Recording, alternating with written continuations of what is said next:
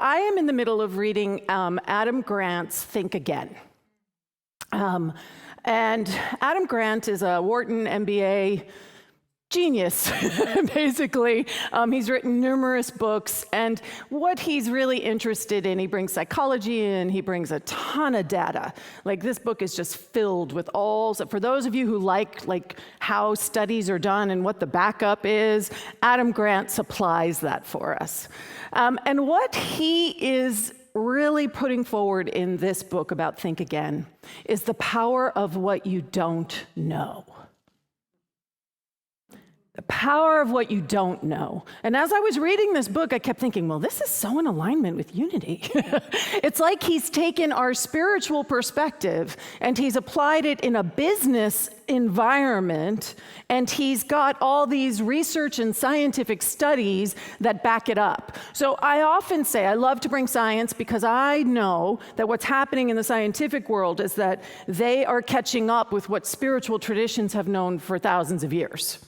They are providing the data that supports the understanding that spiritual truth has been awake to for a long time. And so for my mind, right, my heart and my beingness gets the truth. My mind likes this fact stuff, likes to be able to pull it all together. So we're going to think again. Right? That's what we're going to do today. We're going to think again.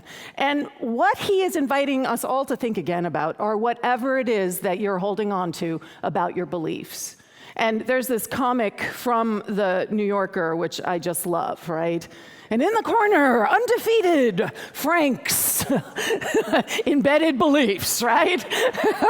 Can anybody relate to that? We talk about this a lot in Unity. We talk about the fact that we are here to reveal the truth of who we are, the Christ nature that we are, the Buddha nature that we are. And the only thing that is preventing us from standing and walking as that presence fully and completely is our own small understanding about who we think we are. Those beliefs of who we think we are prevent us from stepping out. Reverend Michael Beckwith, who was my teacher, will often say that spiritual liberation is 95% of that is letting go. Letting go of what it is that we're caught in. So what I love about what Adam Grant has brought to the table, though, is he's really looking at this from a larger systemic piece. So in Unity, we're focused on our own understanding within ourselves, which he speaks to, but he's really bringing this to corporate America, he's bringing it into business, but he's also bringing it into the world. And this is something that is very important to me, is how we get to integrate these teachings within ourselves so that we can actually be a beneficial presence on this planet, so that we are actually creating a world that works for everyone.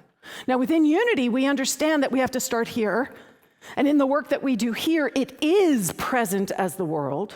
And he offers some really powerful tools that align so powerfully with what we believe that that's what I'm going to focus on today.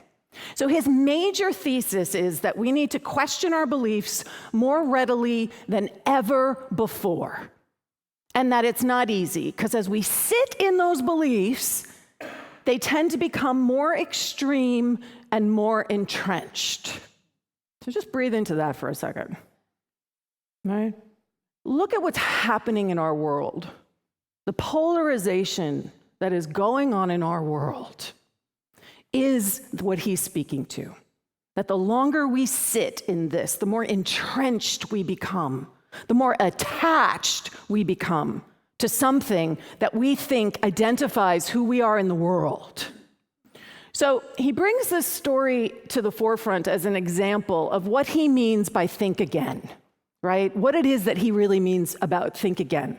So in 1949, there was a fire in Missouri, which was called the Gulch Fire.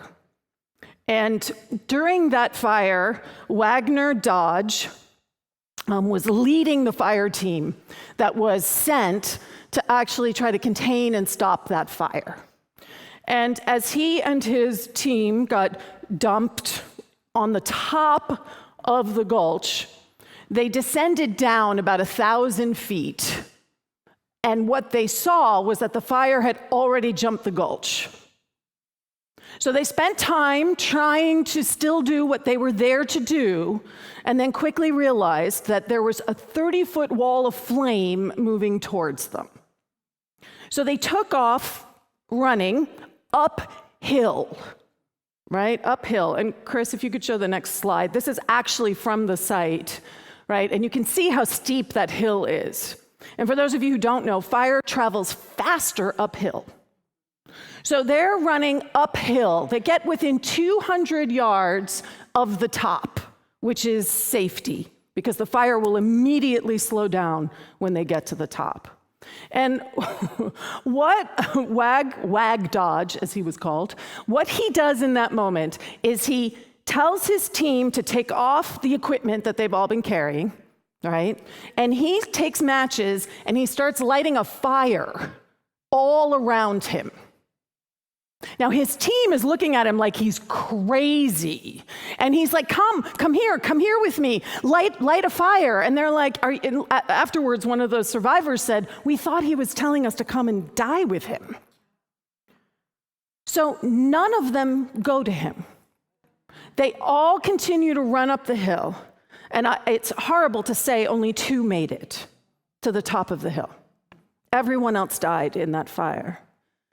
Now, what happened to Wag is that he took a handkerchief and he wet it, and he tied it around his mouth and his nose. He laid down in the charred area that he had created, and the fire moved around him.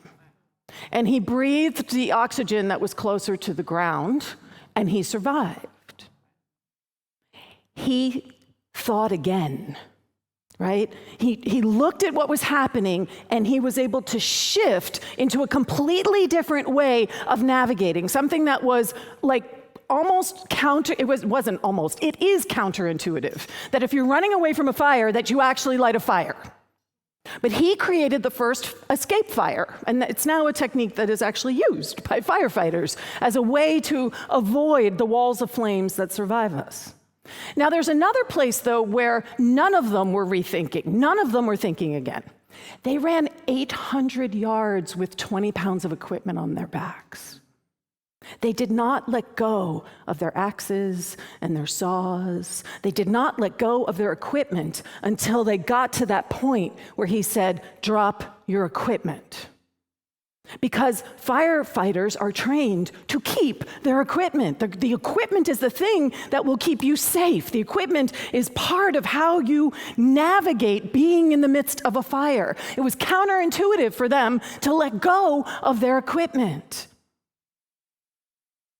There's a third place where the whole thing didn't get rethought, which is that this fire was burning in a place where there was no habitation, there was nothing that was going to get damaged, and yet they still thought they had to put it out. So there's 3 points in here where there could have been a reimagining that would have led to a completely different outcome. Now, the thing is that you would think, well, okay, that happened in 1949, and okay, we grow, we evolve. Do we have the picture of the next picture, sweetie? So just between 1990 and 1995, 23 firefighters died in fires. That when they looked back at it afterwards, they said that if they had dropped their equipment, again, not letting go of the tools, if they had dropped their equipment, they would have been 15 to 20% faster. And that a large number of them would have actually made it to safety. So what are the tools that you're holding on to, that you are so attached to, that you think are part of your identity, the way these firefighters are holding on to these tools because this is how I do what I do, this is who I am?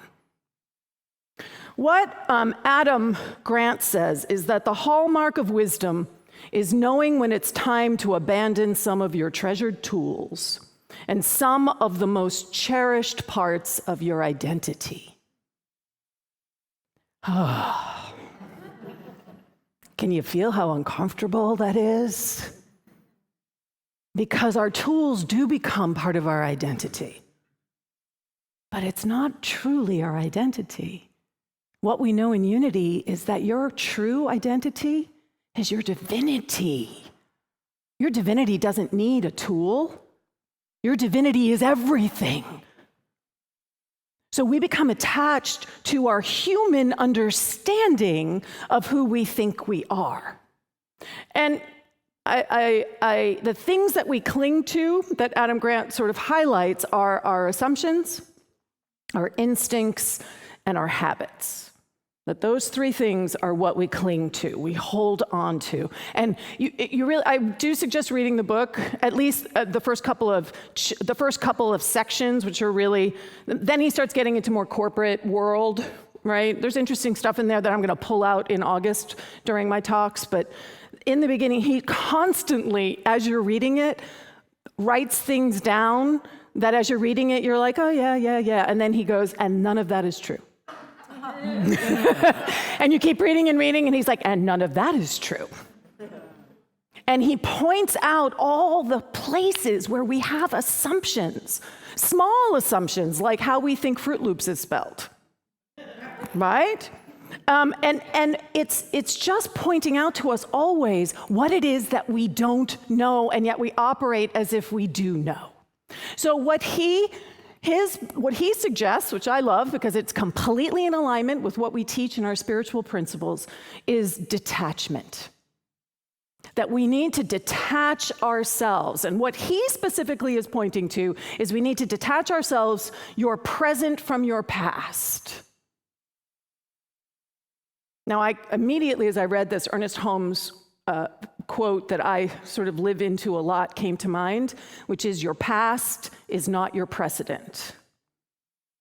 Right? That's what we believe. Your past is not your precedent. Just because it was doesn't mean that it is, doesn't mean that it's going to continue to be. It's one of the foundational pieces of what we understand in unity, that in any moment we can choose. And so he's inviting us to let the past be the past. We can honor it. We can respect it. And this was where I love, but this is where I was going to throw our attention to Heidi and Steve, right? Because they are an integral part of the legacy that is unity in Marin. So we get to honor that and love that and be grateful for it. And we carry everything that they brought to us with us in our bones. And, right? And what else is possible? And then the second one, he says, is that your opinion, can you detach your opinion from your identity? Oh, I did not like reading that one. I mean, I'll be totally honest. I read that and I went, ugh. Detach your opinion from your identity? But then I really caught that what he's speaking to is our human sense of who we think we are. That's where our opinions come in. Our divinity doesn't need an opinion. Our divinity is. And so when we're attached to our human understanding, we think that that's actually who we are. What Adam says is that who you are should be a question of what you value, not what you believe. Because what his whole thesis is, if we are attached to what we believe, and we think that it defines who we are, then we are not willing to change. We are not willing to allow our beliefs to grow and evolve because they're so linked to our identity, it's terrifying. It stops us from being able to evolve. It stops us from being able to move forward.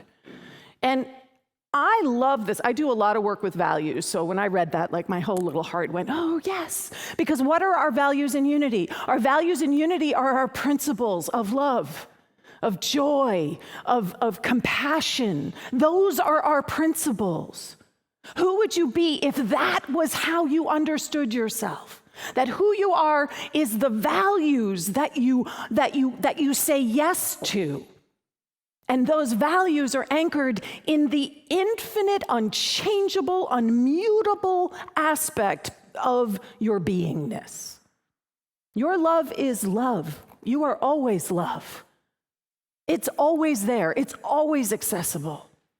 It's only our own story about it that gets in the way and that begins to interfere with it. So, of course, it brought to mind Charles Fillmore. This quote from Charles is used all the time. I reserve the right to change my mind. Now, Charles, from the time that he started writing to the time that he actually, that whole span of his life and all of his writings, do you think he stayed the same? Do you think his beliefs were a constant? They evolved, they grew, they transformed, and yet there were values that he kept coming back to. The I am, the wholeness, the fact that we are divine, the understanding of the oneness, which is one of our prime principle. That's what he keeps coming back to again and again and again. And then around that, there's room for growth. There's room for expansion.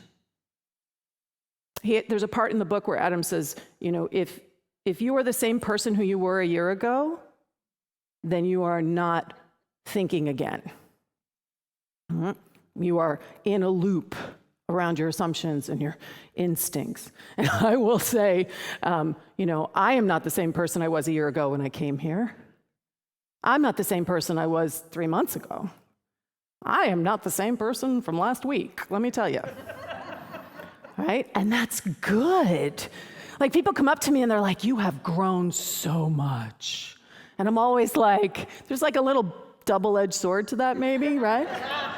Right? We can see that. But how I always take that is, yes, good. It's visible. The work I'm doing on the inside is visible to the world outside. I want to be a completely different person every time I show up here. That is part of my intentionality. So his next thought is one of those sticking points, another one. There's so many points in this book that just made me go, ugh. So the brighter you are, the harder it can be to see your own limitations. Being good at thinking can make you worse at rethinking. Oh, can you hear? I can hear the grumble. For those watching on live stream, there's a lot of grumbles in the room, right? That the brighter we are, the more attached we become, because we are good at thinking. And so it's very hard for us to shift and let go and realign ourselves with rethinking. So what he points out as being the four main ways that you can clearly identify that thinking again is not happening is when you hear these four things. That will never work here. That is not my experience, not what my experience has shown. That's too complicated. Let's not overthink it. That's the way it's always been done. And he provides a ton of examples, Pixar being one of them. The director and the creator of The Incredibles first went to them and said, I have this dream thing. And they were like, we don't know how to do that. It's going to be too expensive. We've never done anything like that. We've only ever done Toy Story with non-human characters. So it's a no. And he went around and he found he called them the pirates, the people on the fringe of the organization, right? And he pulled them all into a room and he said, they think we can't do it. I think we can. Let's make this happen. And The Incredibles was born. And in that process, they were innovative. They created new ways of doing animation. They completely transformed how we understand what animation, how it works and what it does. That's part of what Adam is inviting all of us into. So the invitation here for all of us is to think of this as an opportunity to free yourself. Whatever limitations you have placed on your understanding, whatever the no is, right? Nope, whatever that is, we want to open ourselves up to the possibility that there's something else on the other side that we have no idea what it is yet. No idea. He talks about it as opening the growth loop, which I love. I talk about it as a regenerative cycle, and he calls it the growth loop, where once you get on this cycle, you continually are feeding yourself in a way that will allow you to grow and expand. So what that brings about is curiosity, investigation, new learning. His whole thesis is that we need to bring a scientific perspective to our own self. We need to look at our assumptions and our beliefs as being a hypothesis that we continually are testing, that we are continually opening up and allowing other people to test with us. And that in that process, we get to learn and grow and adapt and get clearer and clearer and clearer about what it is that we truly value. Because let's be clear, some of those assumptions that we have and some of those opinions that we have and some of those habits that we have, they're often linked to the fact that you're not enough. They're linked to what you cannot do rather than what is possible. So all of this, and why I wanted to share this all with you, is because he's talking about moving beyond us and them, right? He's talking about how do we move past this idea that there's an other. He's speaking to the oneness that we are, and how do we navigate the duality that we get so caught up in. And I'm going to be sharing, while the quantum living is running, I'm going to be sharing Shadow during my talk. So I will be bringing some of the research that he has done around sports teams, around us versus them. And they're very, very illuminating around what gets triggered within us.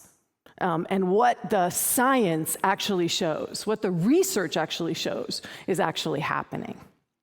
So how can we do this? So the invitation here is for you to sort of sit with, what is it in your own life that is the thing that you're so sure about, the opinion that you have that you think is a fact? We do that too, right? Our opinion about something is a fact when it's really an opinion. What is it that you are being invited to step out into, to let the walls fall down a little bit? And how I'm going to invite you to do that is by anchoring what you value. That's the way in. By anchoring what you value, the principles that are unity's guide to understanding that we are so much more than whatever challenges are arising within our life. And what do we value? Love, peace, harmony, compassion. I picked one of those values. I picked joy, and that was like my focus for a decade. All I did was say joy. What is that? I value joy. How can I live it? How can I be it? How are you working the things that are the value system that is deciding and defining how you're showing up in the world? And can those values disrupt some of your assumptions and your habits so that you are able to enter into a space where you are able to think again? So I'm just going to leave you with his final quote. We live in a rapidly changing world where we need to spend as much time rethinking as thinking. And I think that piece right there is huge. Because if we do this work, if we're willing to figure out within ourselves how to actually be a more open space, if we're able to figure out where the points of connection are, regardless of opinions, but where is the point of connections in our values, that is how we can begin to bridge the great divide that seems to have our country so polarized. But we have to start here, right? We have to start here. We have to start looking at this. But for me, the ultimate goal for myself is that how I then can bring that into the world. And it brings to mind Daryl Davis. I don't know if you know who he is. He's known as the KKK whisperer because he has at least 200 KKK members have left the KKK because of conversation with him. Because he has met them and found points of commonality and found a place where they could meet. And in that meeting, beliefs shift, because beliefs aren't necessarily they're not who we are, it's the values. So what if we all were opening ourselves up to be that kind of change agent in our own lives and in the larger world? Because I don't know about you, but I know the world needs it. I know I need it, right? So let's just take a moment and breathe into everything that might have been stirred up within us.